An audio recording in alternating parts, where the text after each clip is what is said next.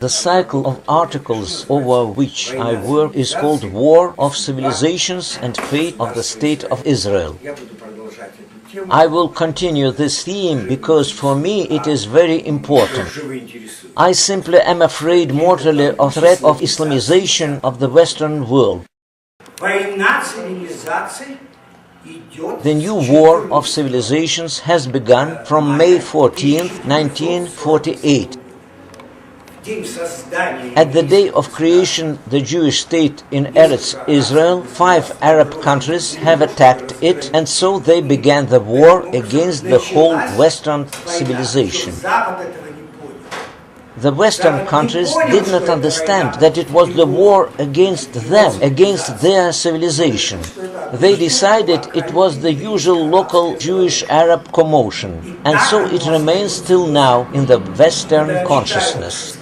Each time as I hear, to us it is necessary to solve at first the Arab-Israeli conflict and then to deal with other Asian problems.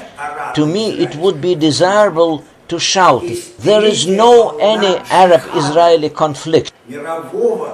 There is a third wave of jihad, the world approach of the Islamic world to a Judeo-Christian civilization.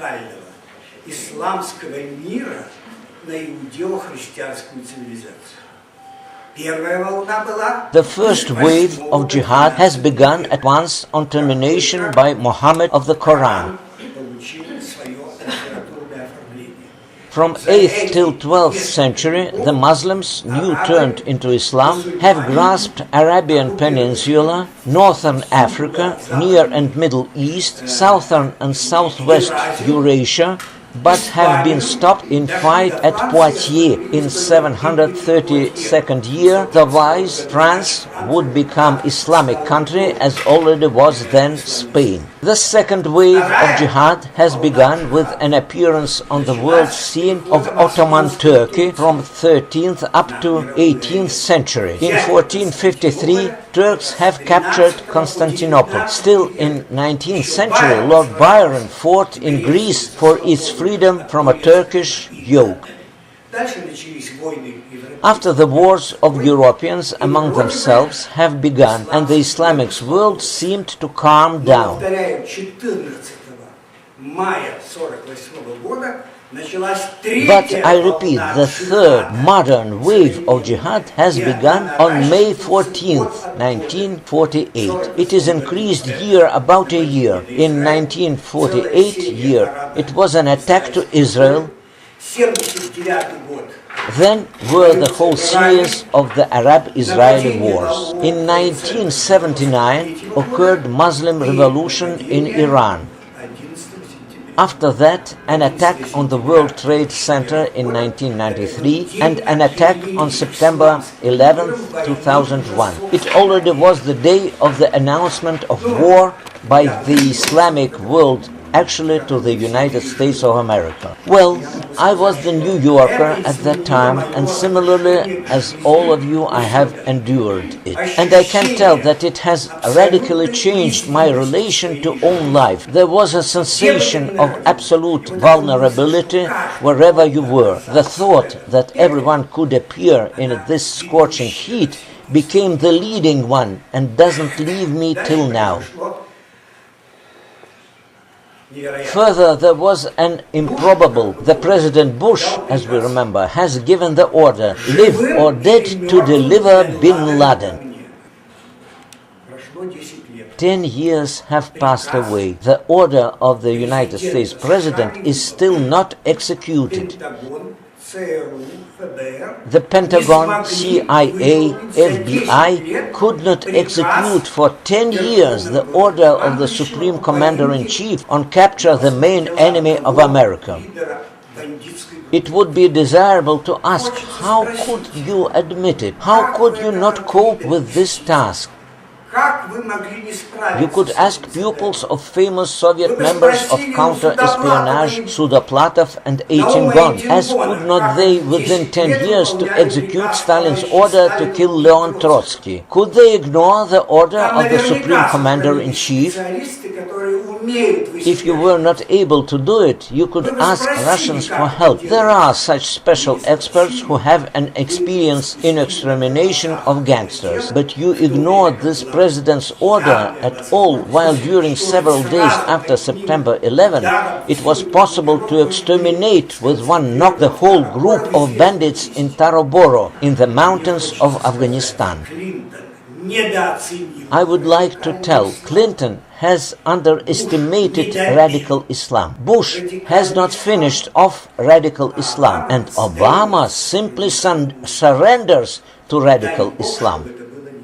God grant that it would be not so. It is available, and here we see the full misunderstanding of an essence of Islam as, on the one hand, religion, on the other hand, behavioral installation on a way of life, and in the third, as ideology.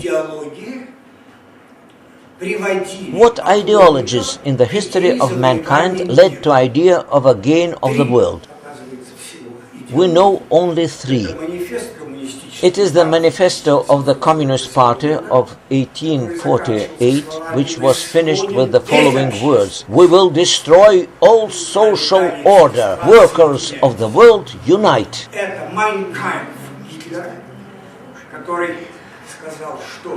Further, it is Mein Kampf of Hitler, who said that Germany must be increased for the account of Teutonic race and grasp leading position in the world.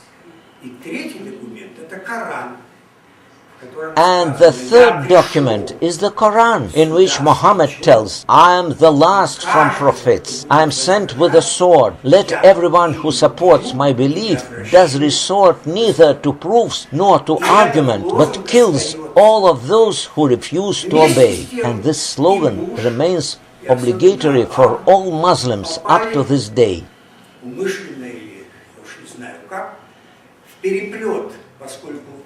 Here, both Bush and Obama have got to a difficult situation, as, on one hand, Islam is a misanthropic ideology, and on the other hand, it is valid another religion. And in America, it reigns the religion freedom.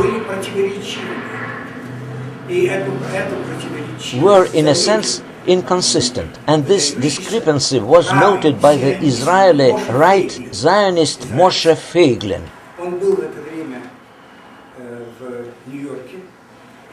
After the tragedy on September 11th, he saw in New York on the TV Bush's performance. Bush has told, "Go to the synagogue, churches, mosques, and pray that such tragedy could more never happen."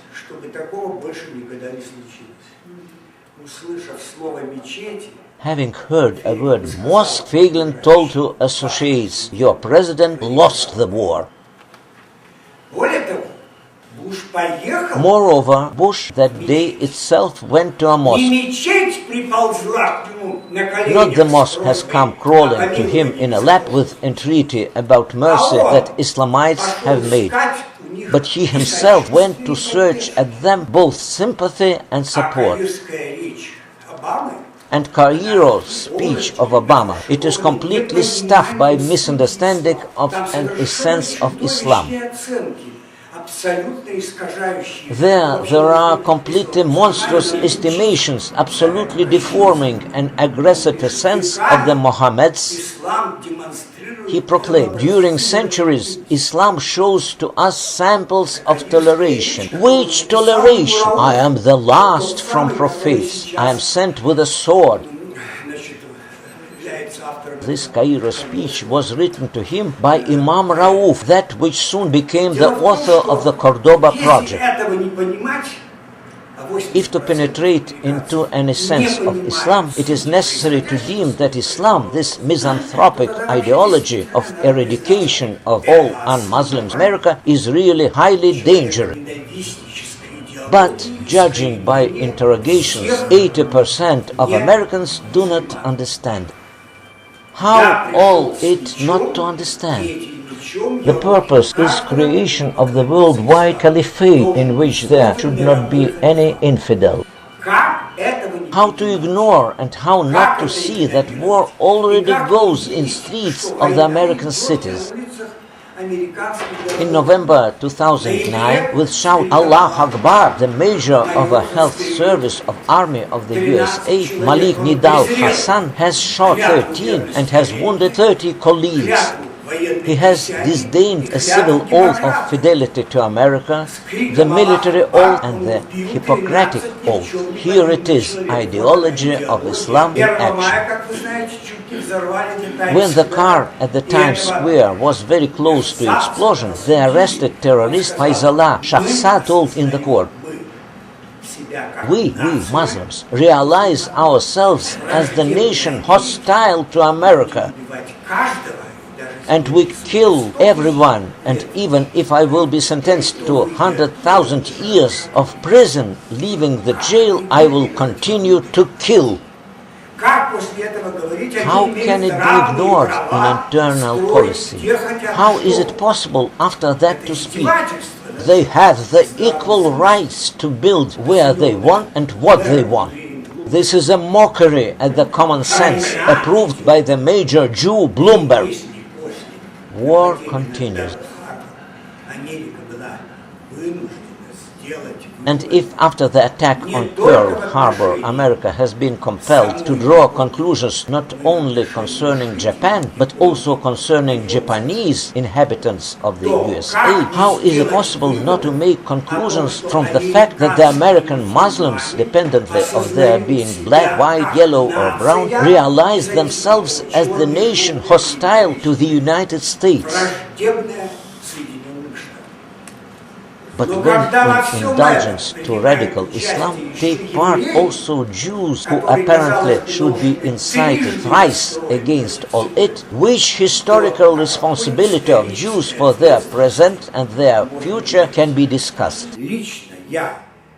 Personally, me, as the citizen of the United States of America, as the member of the Western civilization, whose elements, with all its lacks, are democracy and respect to the human person, I am extremely anxious by destiny of the Western civilization, destiny of mankind.